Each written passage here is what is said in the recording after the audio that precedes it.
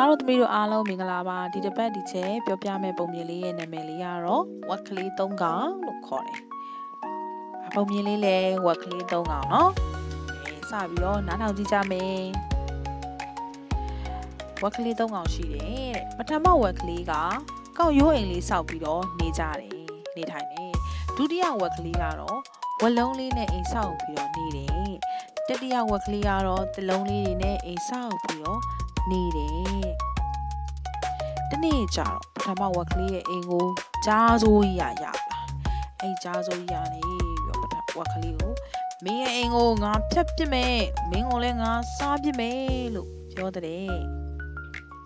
အဲ့နောက်မှာတော့ကြားကြီးကကောက်ရိုးအိမ်လေးကိုဖျက်ပြီးတော့အိမ်ထဲကိုသူကဝင်လာတယ်ဝက်ကလေးကလည်းကြောက်ပြီးတော့အိမ်နောက်ဘေးပေါက်ကနေဒုတိယဝက်ကလေးရဲ့စီကို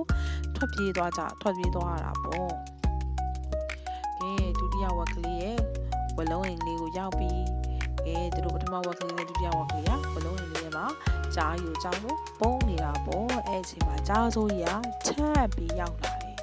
မင်းရဲ့အိမ်ကိုငါဖျက်ပစ်မယ်မင်းကိုလည်းငါစားမယ်လို့ပြောတဲ့ပြီးရဲ့နောက်မှာတော့ဝလုံးအိမ်လေးကိုလည်းဝိုင်းအိမ်လေးကိုလည်းသူကဘာလုပ်လဲဖျက်ပြီးတော့အိမ်ထဲကိုဝင်လာတယ်တဲ့အဲ့လိုနဲ့ဝက်ကလေးနဲ့ကောင်ကလည်းကြောက်ပြီးအိမ်နောက်ပြေးကနေပြီးတော့တတိယဝက်ကလေးစီကိုထွက်ပြေးသွားကြတယ်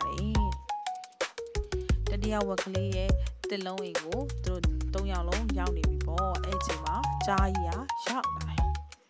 သူပြောနေကြအတိုင်းပဲမင်းအိမ်ကိုငါဖျက်ပစ်မယ်မင်းကိုလည်းစားပစ်မယ်လို့ထပ်ပြီးတော့ချိန်ဝါပြီးပြောဆိုတဲ့အဲ့ဒီခါမှာတော့ဝက်ကလေး၃ကောင်ကနေငါတို့အိမ်ကိုမင်းဖျက်ပစ်လို့မရဘူးအိမ်ထဲဝင်ချင်ရင်ခေါင်းမိုးပေါက်ကနေဝင်လာခဲ့လို့ပြောလိုက်တဲ့အဲ့ချိန်မှာအသားရန်စားခြင်းနဲ့ကြားစိုးကြီးရတော့သူဘာမှမစင်စားတော့ဘူးဘယ်ကိုတက်သွားပြီလဲခေါင်းမိုးပေါက်ကိုရအောင်သူတက်အချိန်မှာဝက်ကလေး၃ကောင်ကလည်းခေါင်းမိုးပေါက်ကနေကြားကြီးဆင်းလာမယ့်နေရာမှာရေနွေးအိုးကြီးကိုချထားတယ်အောက်ကလည်းမီးရီထိုးပြီးတော့ရေနွေးအိုးကြီးကိုပုတ်ပွတ်ဆူနေအောင်သူတို့တဲထားကြတာပေါ့အဲ့လိုနဲ့ကြားကြီးကလည်းငါလာပြီနော်ဆိုပြီးတော့ခေါင်းမိုးပေါ်ကနေအိမ်ထဲကိုခုန်ဆင်းလိုက်တယ်ကြားကြီးဘာဖြစ်သွားမယ်လို့ထင်လဲတသမီတို့ရေဒီပုံမြင်လေးကိုတသမီတို့နားထောင်မှုပြီဆိုရင်အိမ်မှာပြန်လေးကျင်တာနော်